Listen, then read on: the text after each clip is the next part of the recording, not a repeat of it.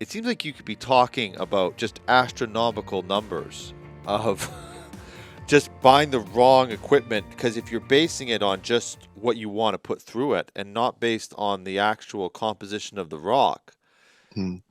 that must we must be talking massive numbers, or overuse of energy, or overworking of equipment, or underperformance. It must be all sorts of things that it affects.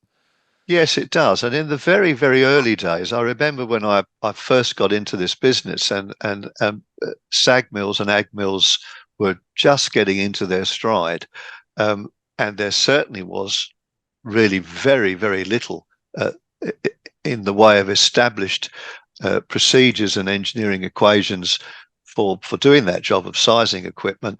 And various people sort of had a go at it.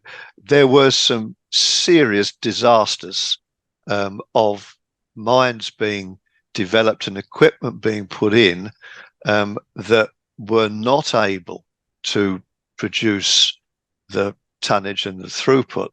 And they were very, very costly mistakes. Um, on the other side, if you end up with something which is overpowered and you've got excess capacity, the board of directors is less concerned about that because at least you're able to meet your production quotas. However, the downside of that is that you've spent far more capital than you actually have needed to. And you often end up with a machine, if it is oversized, is probably not as energy efficient as one that is more fit for purpose. Right. So most of the original bad publicity about getting it wrong had more to do with the fact that the mine didn't make its throughput, and therefore it wasn't able to produce as much gold and copper, and therefore it lost serious amounts of money. And you are talking about hundreds of millions of dollars. You're quite right. They're very large figures if you make the mistake.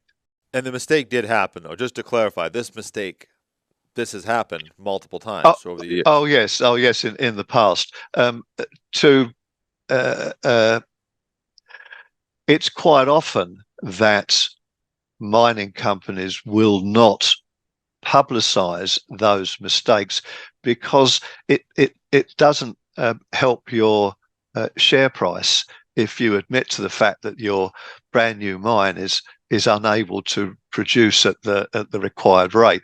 So quite often those mistakes don't surface. However, some mining companies, very brave mining companies, have allowed that information to be published, and there are a number of conference papers, if you go way back, of people talking about how they've made mistakes, which I think is fantastic because it's only by admitting mistakes and publishing that people can say, okay, now we understand what went wrong. Let's move forward and make sure we don't make those mistakes again. I have often been, over the years, called in to various mines and been asked to help out because of underperforming brand new equipment. But one is always sworn to secrecy and unable to actually talk about them. So I can't name names of places where they've definitely happened, but I can assure you they have happened. Yeah, no, and I will say the last couple of years, I've noticed that mining operators. I mean, we've got some of the biggest mines coming on that are going to be Mm, coming on for doing their interviews. I find mines are getting a lot more, like when we first started the show, getting an actual mm. operating mine to come on our show.